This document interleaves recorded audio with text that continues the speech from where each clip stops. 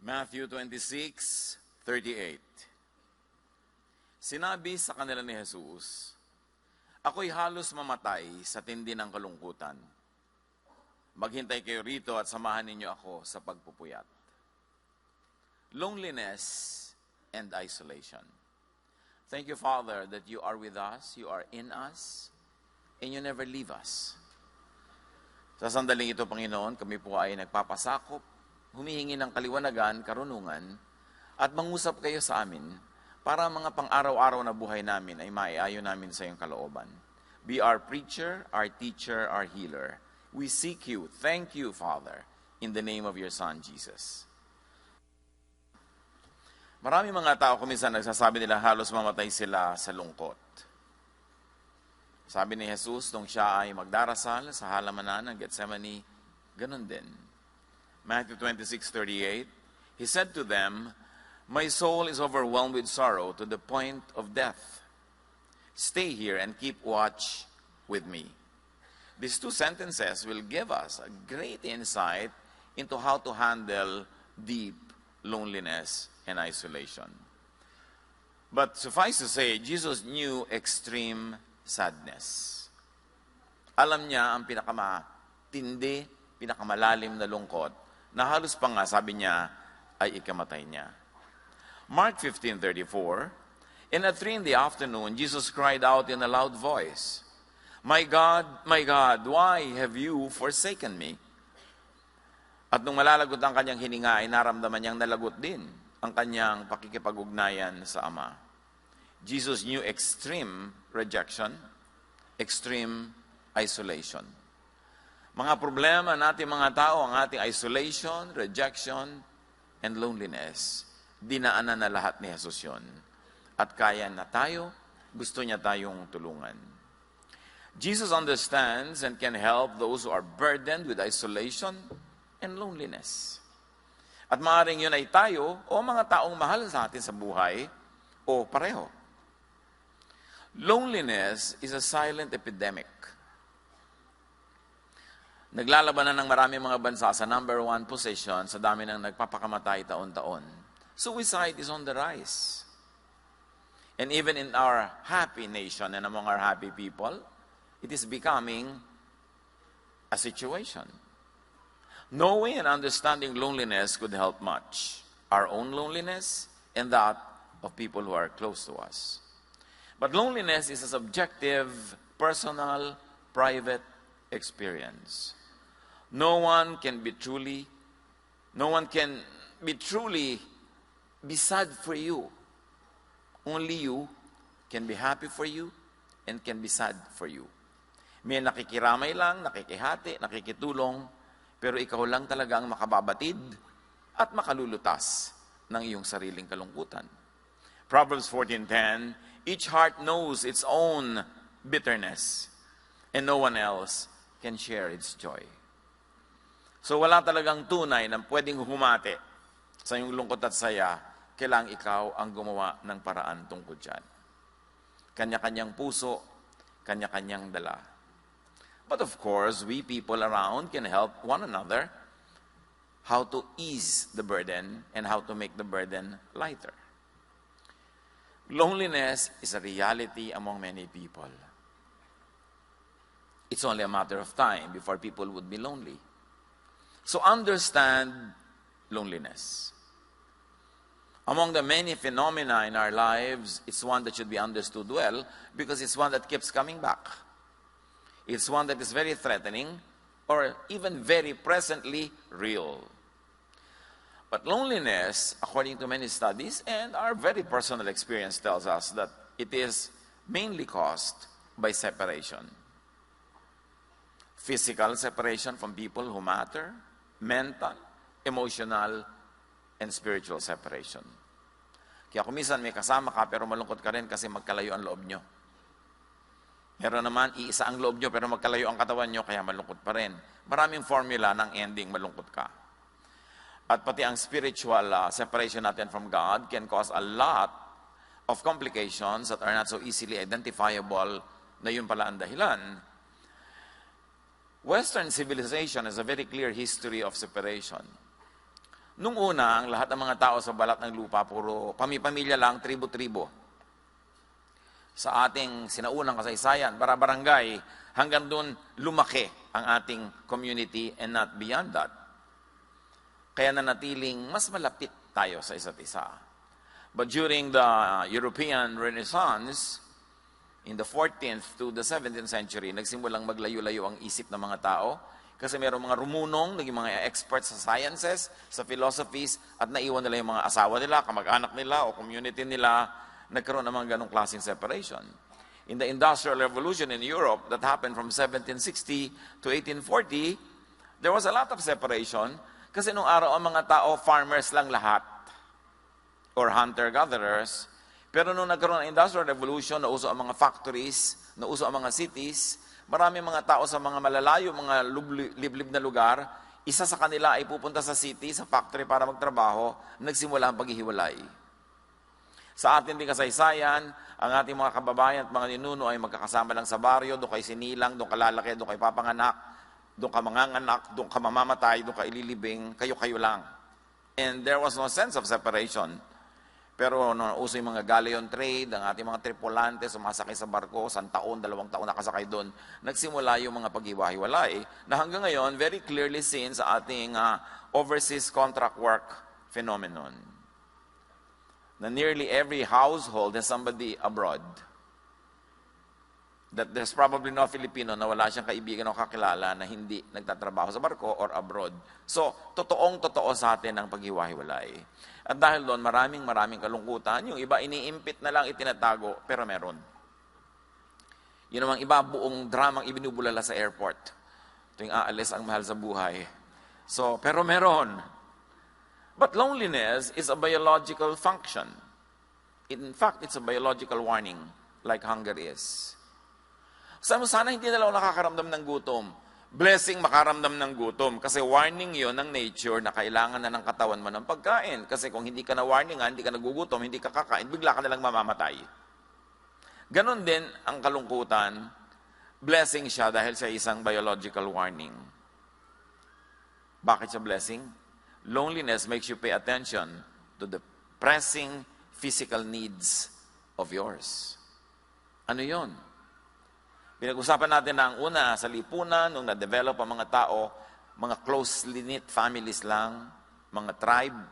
At hanggang ngayon, up to a point, tayo mga Pilipino, very tribal ang orientation.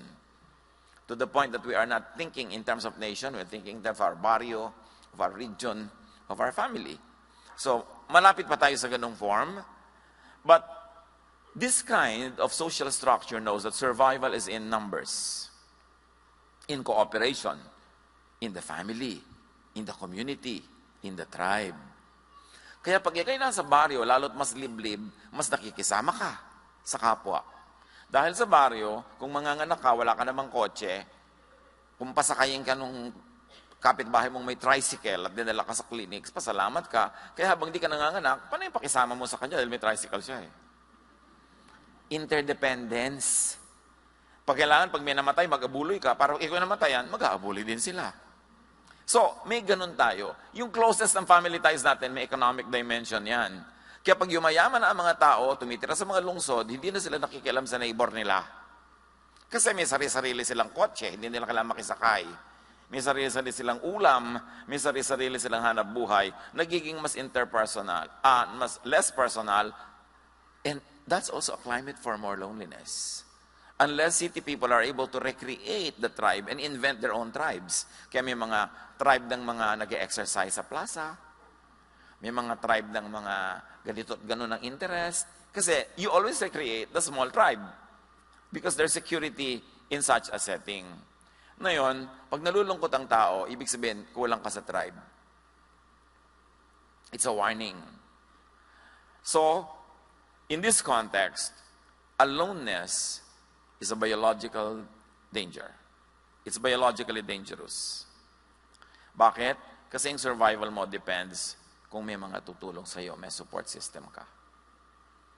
So, pag alone ka, nalulungkot ka, your body tells you, hoy, sobra ka ng separated and isolated, kaya nalulungkot ka, ikaw ngayon lalabas, magte-text, kaya maglamang maaalalang textan yung hindi mo naman naaalala nung masaya ka. Sabi mo, musta? Pero ang totoo, gusto mong ikaw ang tanungin niya na musta. Kaya ang sama ng loob mo, pasayan niya, okay, tapos hindi na sumagot ulit. Because every text is a cry for help. So nagte-text ka para textan ka rin. Now, aloneness is biologically dangerous because in the tribal setting, nag-iisa ka, kayang-kaya kang kainin ng leon, kayang-kaya kang pagtulong-tulungan ng mga hayop, o natumba ka, walang tutulong sa'yo, nangailangan ka, walang mag-aabuloy. That's why creation mandates that these risky situations cause loneliness. Risky na kulang ka ng social support, then nature wired you to be lungkot. That leads to longing for company and belongingness, and so people seek safety in community. Loneliness compels people to seek community, which really means survival. Loneliness is a biological warning na delikado ka pagka nangailangan ka, walang tutulong sa'yo. Pag namatay ka, walang maglilibing sa'yo. Pag nagkasakit ka, walang magdadala sa'yo sa ospital, walang dadalaw. So, lumungkot ka ng lumungkot. Para pag nalulungkot ka na, gagawa ka ng paraan to connect with people. Kailan usong-uso ang sense of community? In primitive times, because the tribe had to survive, or the family. Kasi pati mga hayop, kalaban mo rin eh. Kailan uso yan? When there is a need for interdependence. Kailan usong-uso ang sense of community? In times of poverty, or crisis, or trauma, or grief. Kaya pag may namamatay tayong mahal sa buhay, nakikita-kita tayo, naglalamay tayo doon, kwentuhan ng walang katapusan, para i-comfort ang isa't isa. Ang lungkot naman na maglalamay ka mag-isa. Baka mauna ka pang ilibing doon sa bangkay. There's a classic example of this kind of lungkot that compelled somebody to move and reconnect. Luke 15:16-17, yung tinatawag nating prodigal son, umalis sa tatay niya, inubos niya ang pera niya, tapos naghirap siya, na-employ siya, taga-alaga ng mga baboy, gutom na gutom siya, isolated siya, wala na siyang kaibigan kasi wala na siyang pera. Sa tindi ng kanyang gutom, at dahil wala namang nagbibigay sa kanya ng pagkain, halos kainin na niya ang mga bungang kahoy na kinakain ng mga baboy. Ngunit, napag-isip-isip niya ang kanyang ginawa. At nasabi niya sa sarili, labis-labis ang pagkain ng mga alila sa ng aking ama, samantalang ako'y namamatay dito sa gutom. So niya, alam ko na, babalik ako sa tatay ko. I want that community, I want that food, I want that house. At kahit hindi niya ako tanggaping anak, basta nandun lang ako, okay na ako. Nung siya ay maraming pera, surrounded by prostitutes and having a good time, hindi niya naalala ang tatay niya kasi hindi naman siya nalulungkot. Hindi niya kailangan malungkot noon dahil may pera siya, meron siyang company, marami siyang nagagawa. Pero nung nanganganib na siyang magutom, mapag-isa, mamatay sa hirap, pinalungkot na siya ng kanyang sariling body system para mag-isip-isip siya to reconnect with his father. Sabi niya, uuwi ako, kundi pa nalungkot, susuong pa more sa panganib. Pero nalungkot, yun ang blessing. Pinalungkot siya. Nakawire na sa atin yun, sa ating creation. We were fearfully and wonderfully made. Na may warning signal sa sarili mong isip, puso at katawan pag lumalagay ka na sa panganib. And being alone in life is dangerous. Because we thrive in community, in interdependence. Loneliness makes people pay attention to their social needs. Kaya sa mga impersonal societies, especially in the West, in the highly materialistic and developed economies, na ang relation ay hindi na dahil tiya mo siya, hindi dahil pinsan siya ng nanay mo, kapitbahay na matagal ng tiya mo. So gumagawa ang mga tao ng invented relationships. Kaya may mga gym club, camera club, at yung mga talagang mga alcoholics sa walang tutulong, may Alcoholics Anonymous, sila ang nagtutulungan, iniimbento nila yon. They have to go back to the cave and they recreate that kind of cave. Because loneliness makes people pay attention to their social needs. Ecclesiastes 4:8, ang isang taong nag-iisa sa buhay, walang kaibigan ni kamag-anak, ngunit walang tigil sa pagtatrabaho, wala siyang kasiyahan. Ni hindi niya tinatanong ang sarili kung kanino mauuwi ang kanyang pinagpapaguran.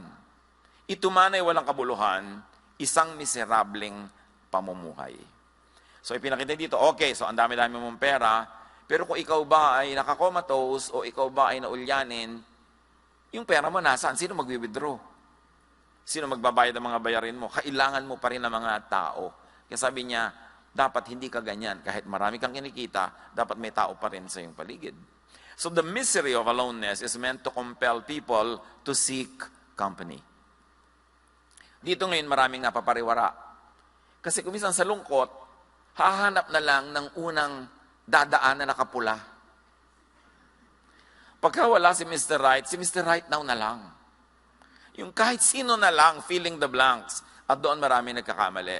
Kaya kailangan bago ka dapuan ng lungkot, meron ka ng game plan. Meron ka ng support systems. May mga tao na sa mundo mo. Lalo kung bago ka magtagumpay. Kasi pag tagumpay ka na, paranoid ka sa lahat na lumalapit sa'yo. Baka may kailangan lang.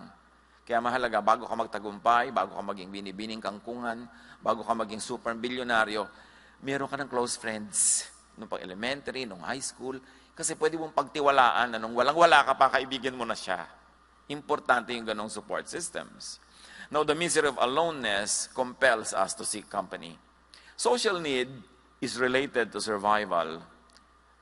Being sociable has high biological value. Kaya kahit ngayon, pinapahalagahan natin yung people skills. Kasi pag may people skills ka, marunong kang makipagmabutihan, makisangkot, marunong kang makisalamuha, ang dami-dami mong benefits sa buhay. Being together with one's tribe helps one survive. Social skills are precious. Kaya yung mga magulang, nagkakamali kung lagi itinuturo nila sa anak nila maging competitive. Kasi kung competitive yan, halos walang kaibigan yan kasi lahat yan papatulan niya, lahat tatalunin niya. Dapat ang ituro natin sa mga anak natin how to be cooperative. How to coexist with people and make the most out of life by existing with people. Aloneness and isolation could mean death. That's why God designed you to be sad, to be miserable when you're alone, because biologically you are in more danger when alone. Ecclesiastes 4:9-10, ang dalawa ay mabuti kaysa isa. Mas marami ang bunga ng anumang gagawin nila. Kapag nabuwal ang isa, maitatayoy siya ng kanyang kasama. And obviously, it's really important. Tulad ng halimbawa, magbabiyahe kayo, gusto yung magbiyahe abroad, aakyatin nyo lahat ng bundok ng Nepal. Maganda mga 5 kayo. Para pag nahulog ka, may magbuhat naman sa pababa. Kasi kung tour guide lang kasama mo, ihuhulog ka na lang sa bangin. May insurance ka naman. Madalang maganda dapat may kasama ka. Kaya dapat marunong ka makisama, marunong ka makipagkapwa. Para may sumama sa'yo. Sabi ng Ecclesiastes, kawawa ang nag-iisa sapagkat walang tutulong sa kanya kapag siya ay nabuwal. That's why, position yourself that you can have partners in life, partners in business, partners in your activities, and even a romantic partner, if you are meant for it. But allow others to have their own partners. Yung mga magulang ko minsan, we're so selfish. Ang higpit-higpit mo sa anak mo, ayaw mo man lamang na may umibig sa kanya o may makipag-ibigan siya. Kasi bata ka pa. Nung tumatanda ka na, at tumatanda na rin yung anak mo. At wala pa siya. Kulang na lang iparipa mo. Anak, kung sino man ang kumuha sa'yo, kasama ng mga kaldero natin, ang mga kotse natin, mga lupa natin sa kuko, ilalagay na natin, meron lang sumama sa'yo. Kasi alam mong, hindi siya dapat ding mag-isa sana kung hanggat maaari, hanggang pagtanda. Pero ayaw mo pa na mangyari yun, hihigpitan mo ng sobra-sobra habang bata, kailan mo ipagtutulakat pag 50 anyos na. Sa bagay ngayon, 50 is the new 20. So very important, naturuan natin sila ng social skills, we allow them to have friends. Anak, bakit wala kang friends na nag-i-sleep over dito? Diba? Invite them here. Ikaw, may mga kaibigan ka ba? Kung mag-i-sleep over ka doon, saan yun? Anong telephone number nila? May fire exit ba ang bahay nila? Siyempre, gusto mo namang malaman yon para safe yung anak mo. Pero let them socialize. Genesis 2:18, the Lord God said, "It is not good for man to be alone, or woman to be alone. I will make a helper suitable for him."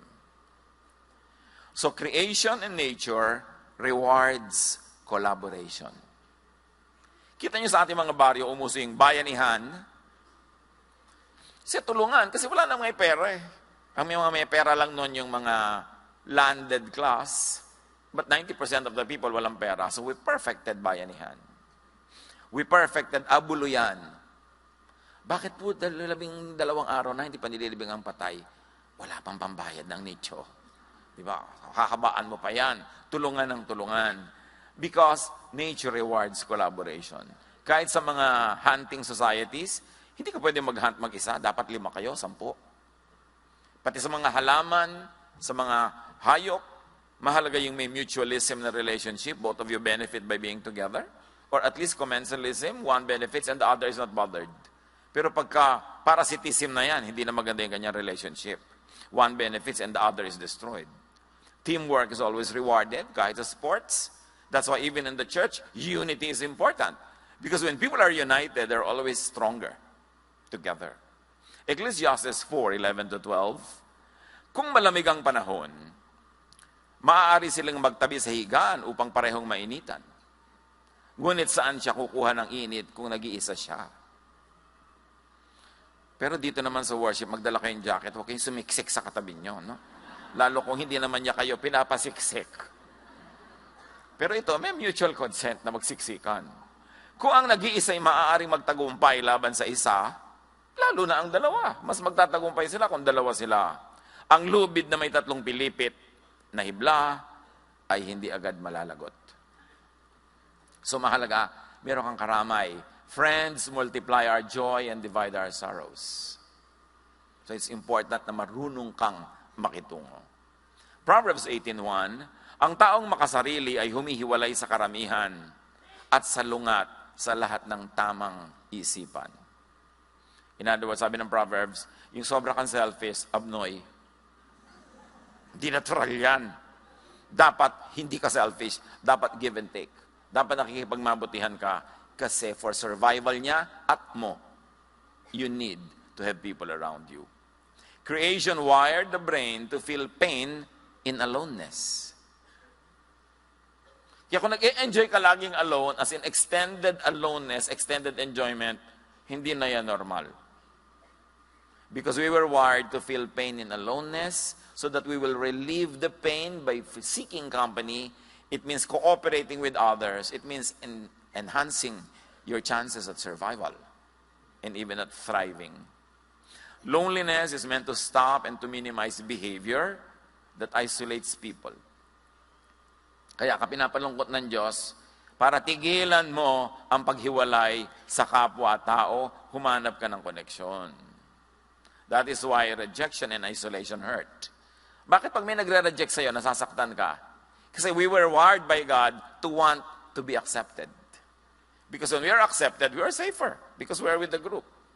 Pero yung nire-reject ka na, nagre-rejoice ka pa, abnormal yan.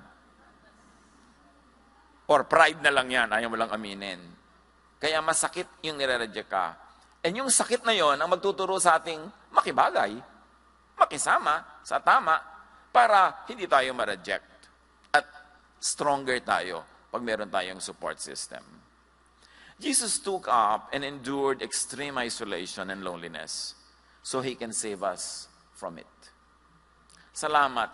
Inako, dinanas ng Diyos lahat yan ng Panginoon para kayang-kaya at alam na alam niya tayong tutulungan. Isaiah 53:3, hinamak siya ng mga tao at itinakwil. Nagdana siya ng hapdi at hirap. Wala man lang pumansin sa kanya. Binaliwala natin siya na parang walang kabuluhan. Referring to the coming Messiah. Si Jesus yun. Kung nararamdaman nyo binabaliwala kayo, parang wala kayong kabuluhan, nadaanan na yan ni Jesus. Therefore, alam niya ang situation nyo, alam niya kayong tulungan. Hebrews 2:17-18, for this reason, Jesus had to be made like us. In every way, He became like people so that He could be their merciful and faithful high priest in service to God. And now, He can help those who are tempted. He is able to help because He Himself suffered and was tempted. So if your temptation is to feel so bad because of your loneliness, Jesus can help you out of that because He already experienced it. Ipinadana sa kanya ang lahat ng klase ng hirap, hindi naman bawat detalye, kundi yung types of suffering, so he could be a very, very sensitive helper, nurse, and doctor. What are the general effects of loneliness?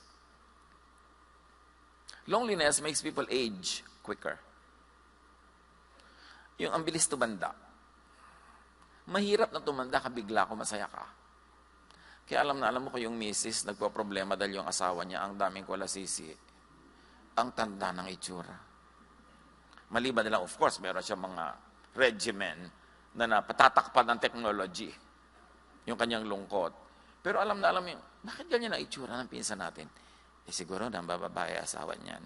Kasi nakaregister sa mukha ni misis ang pinaggagawa ni mister.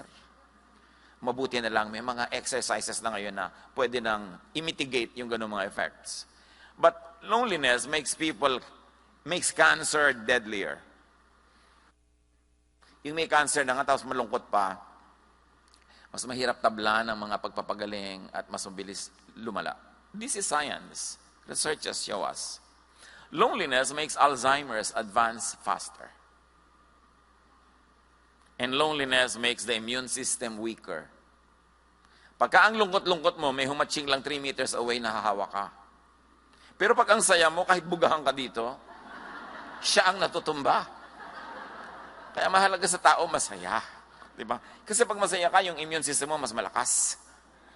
At yan ay proven talaga. Psalm 38, 6-8, wasak at kuba na ang aking katawan, ang buong maghapoy, puspos ng kalungkutan. Dumapong lagnat ko'y apoy na sa init. Lumulubhang lalo ang taglay kong sakit. Ako'y nanghihina at nanlulupaypay, puso'y dumaraing sa sakit na taglay. So you see, pagka ikaw ay emotionally sick, your body becomes sick. And when your body becomes sick, you also become emotionally sick. So it feeds itself. It becomes a cycle. Hinihila ka pababa. Yung katawan mo, papalungkotin ng puso mo. Yung puso mo pala, hihinain ng katawan mo. Saan ka pupunta noon? Sa libingan. Kaya dapat may gawin ka. Pag lagi kang nalulungkot, dapat may gawin ka. Huwag kang magmukmok. Huwag kang humingi ng awa. Huwag kang lagi na lamang na mag-self-pity. You've got to do something to get yourself out of that hole. Once loneliness becomes chronic, it will be self-sustaining. Ito ang sinasabi ng mga clinical records. Pag ang lungkot mo ay sumobra na, siya na ang bubuhay sa kanyang sarili. Siya ang magpapatsidhi ng lungkot. Siya ang magpapalala ng sarili niyang lungkot. It will feed on itself. It will be cyclical and self-sustaining until you get to deep, deep clinical depression. And that's when people jump off buildings and bridges and kill themselves. Don't get near that point.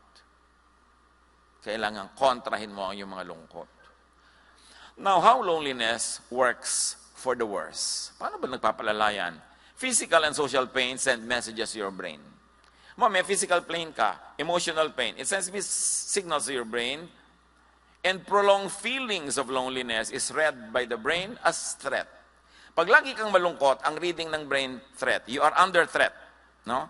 Then it switches to survival mode and sees danger and hostility everywhere. So pag malungkot ka, yung brain mo maglalagay ng armor, maglalagay ng protection, at ipoprotect ka niya sa lahat ng tao. Kasi convincein ka ng brain mo na lahat ng tao may masamang sinasabi tungkol sa iyo. Lahat ng tao kalaban mo. Walang may gusto sa iyo. Lahat galit. Nanganganib ka. Lahat gusto kang patayin, sakalin. Lahat. Kaya lalo ka ngayong lalayo.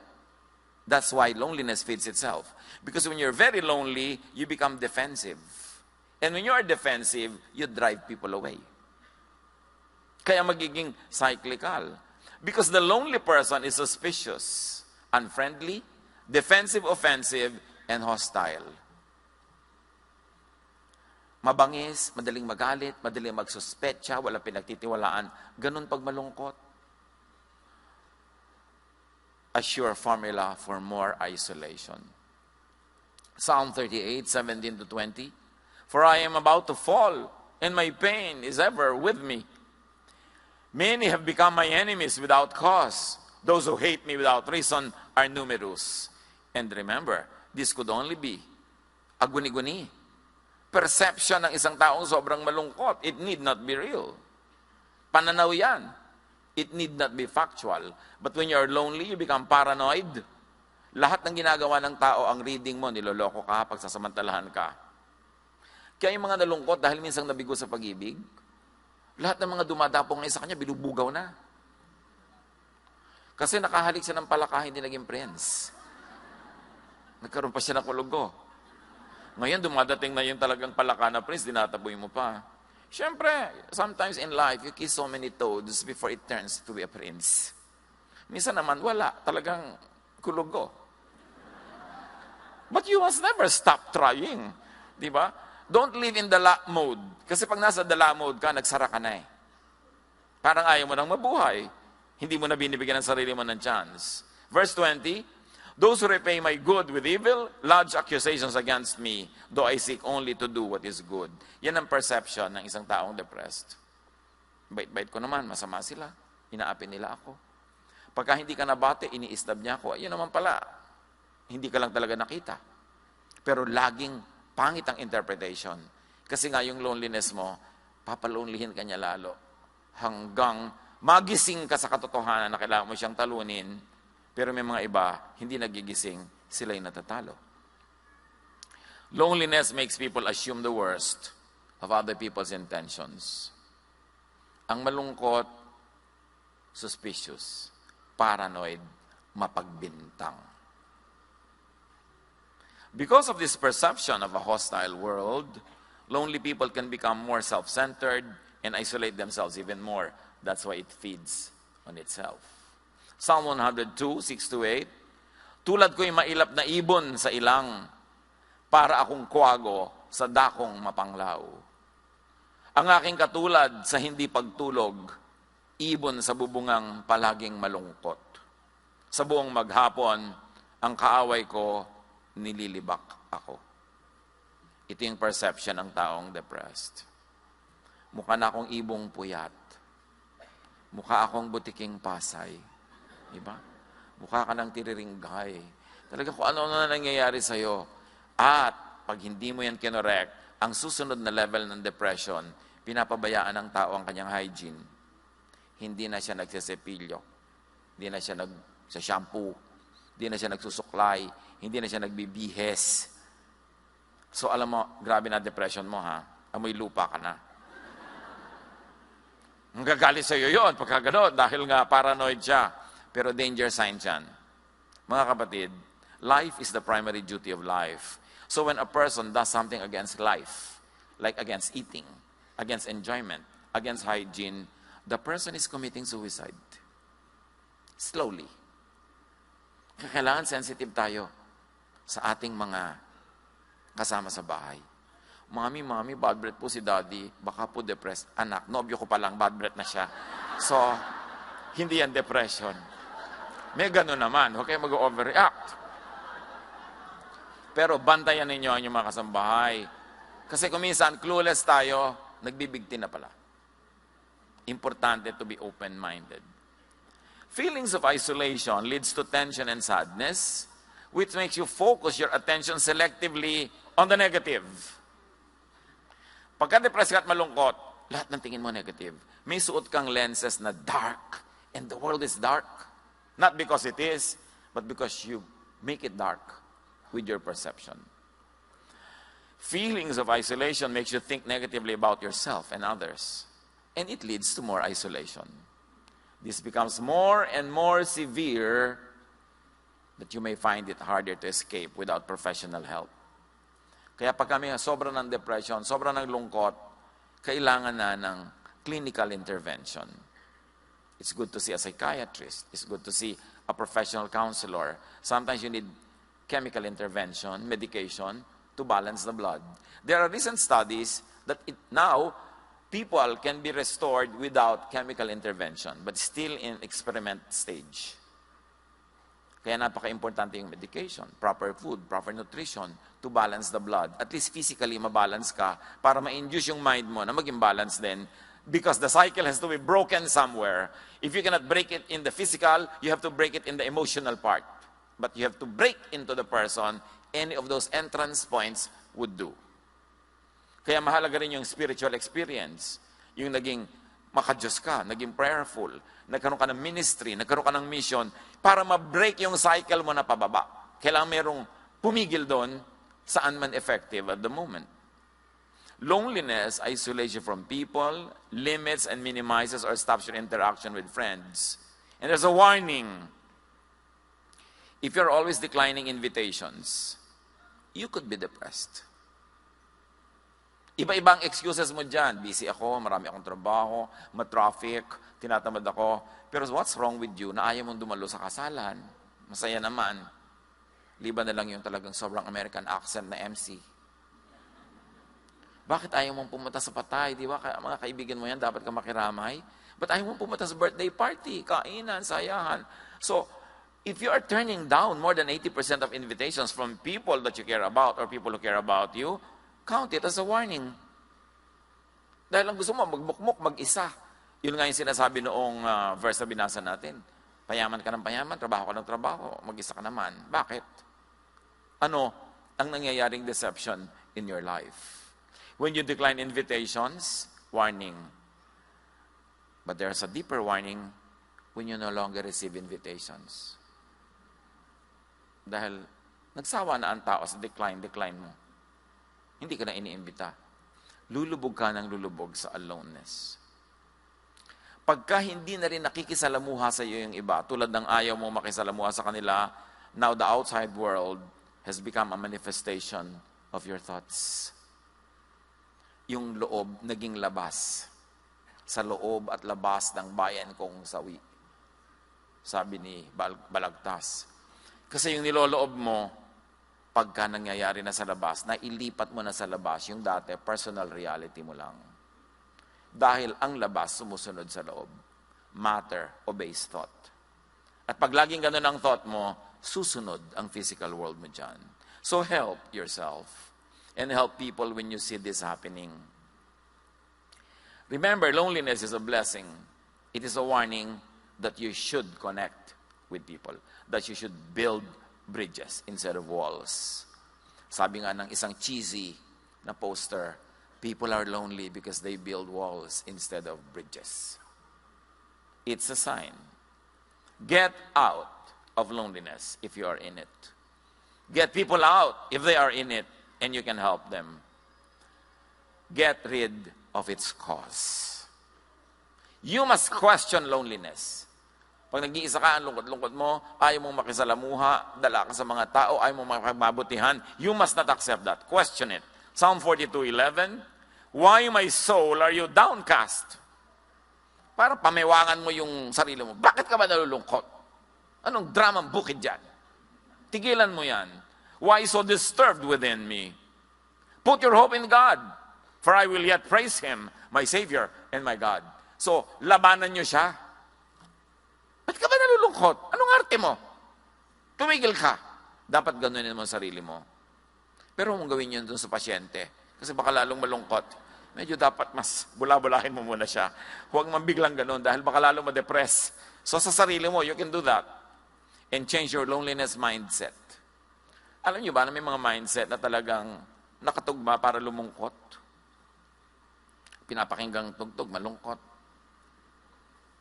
Aaten ng party, malungkot ang damit. Ang bulaklak niyang plastic sa bahay, malungkot. Pag nagayo siya ng plato yung pagkain, nakakaantok tingnan. Wala man lang saya, di ba? Mga ulam niya, gray. Dapat pinapasaya mo yung buhay mo. Kuminsan kasi yung masaya baduy. Hindi bali na, basta huwag ka lang maloka. Kasi correct naman yung color scheme mo, pero nakakalungkot. Alam niyo, yung mga correct color scheme, malungkot ha? Aminin niyo yan. Pa yung mga damit mo, bulaklakan, may mga ganyan-ganyan, para kang estabilo. Pero masaya ka. So, ang unahin mo yung masaya ka, huwag na yung correct ng mga itsura mo. Yung laging prim and proper, gray lang yun, black, mga somber colors, mga gusto lang yun na suot-suot ng mga nagyayaman-yamanan. Pasayahin mo ang sarili mo. Kaya tuwan-tuwa ako, minsan may nakita ko mga babae sa kalye, nag-iintay ng jeep, ang lalaki ng mga bulaklak sa ulo, mga ribbon-ribbon, garter-garter. Hindi ito malulungkot. Kasi, pinapasaya niya ang sarili niya. So, change the loneliness mindset. Romans 12:2, do not conform to the pattern of this world, but be transformed by the renewing of your mind. Then you will be able to test and approve what God's will is. His good, pleasing, and perfect will. And His will is that you get out of that loneliness mode. And you be happy and you enjoy life. That is the will of the Lord for you. Do not conform to the pattern of loneliness and depression. You have to get out of it. Check for your negativity. 1 Thessalonians 5:18, give thanks in all circumstances, for this is God's will for you in Christ Jesus. Always find something to thank God for. And be very profuse and dramatic with your thanksgiving. Meron, pastor, yung pong katabi ko sa worship, pwede ba ilipat nyo sa likod? Kasi worship lang, nagtatatarang pa. Yung kasasayaw. Mabuti na yung kesa naniniga siya, tinihimatay sa lungkot. Di ba? Hayaan nyo na mag-express. Kailangan hugsikilin ang sarili. Konting-konti lang dapat yung sinisikil. Dapat express yourself. Get out of loneliness and stay out of it. Seek God. Psalm 68:6. God provides homes for those who are lonely. He frees people from prison and makes them happy. But those who turn against Him will live in the desert or live alone. People are in prison. And most of those prisons were made by them. Or made by their people who matter in their lives, who do not know any better. Kailangan makalaya. That's why Jesus sets free. That's why we should set people free. To express themselves, to be themselves, to love their true loves, to live their true lives, para mawala yung mga depression na yan. Psalm 16:9-10, therefore my heart is glad and my tongue rejoices. My body also will rest secure. Because you will not abandon me to the realm of the dead, nor will you let your faithful one see decay. Many levels of meaning, but the general truth is this: God will not want us to decay.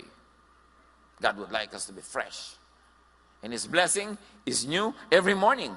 You can never run out of fresh blessings as long as fresh mornings come. So nananatili ka lang malungkot kasi pinapanatili mo ang sarili mo dyan. You've got to get out of it. Psalm 25:16-21. Turn to me and be gracious to me, for I am lonely and afflicted. So aminin, kung malungkot, sabihin, huwag ikahiya. Kung kailangan ng clinical treatment, huwag ikahiya that you're seeing a psychiatrist. Yung nagpapabunot, nagtatanggal ka ng kukumpatay, ganun din yung pumupunta ka sa psychiatrist. Pinapagaling mo lang ngayon sakit. Dapat walang stigma mga mental illnesses. Kasi katulad lang yan ng ibang other illnesses. Aalisin natin dapat yung mga ganyang stigma at hindi dapat itago. Mga pamilya, kung meron kayong mga member ng family na hindi katulad ng karamihan, yung kanilang mental behavior, yung kanilang mga itsura kuminsan, huwag nyo silang itago sa dilim. Lalo silang madedepress. Dapat silang ilabas, maarawan, mahanginan. Dahil yun ang binigay sa atin ng Diyos. Yun ang mahal natin sa buhay, yun ang pamilya natin. Huwag tayong mabuhay sa pagtatago, sa hiya. Yan ang nagpapadepress sa tao, yung pagtatago. Relieve the troubles in my heart and free me from my anguish. Look on my affliction and my distress and take away all my sins. Sins is living off the mark.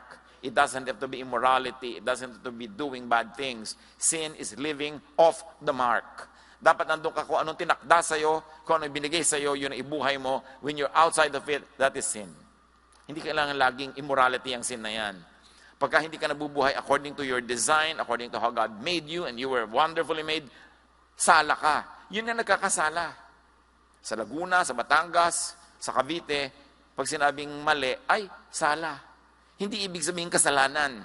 Kaya yung sala, hindi mo lang na-hit yung mark. Kailangan i-hit mo yan. And when you're true to yourself, you will always hit it. Hindi mo lang ma-hit yan kung nangungopya ka ng iba and you are not living your true life. Guard my life and rescue me. And do not let me be put to shame. I take refuge in you. And God is our refuge. Naranasan na ni Lord na halos mamatay sa lungkot. Naranasan na siya na sa taimtim ng pagdarasal ay dugo, hindi pawis, ang lumabas sa kanyang noo. Alam niya ang dinaranas nating lahat. He is our ever-present help in times of trouble. So kung nangangailangan ka ng tulong, magpatulong ka. At kung ikaw ngayon yung malakas, tumulong ka.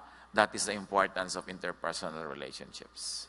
Get out of your aloneness, live your life, enjoy your life with people.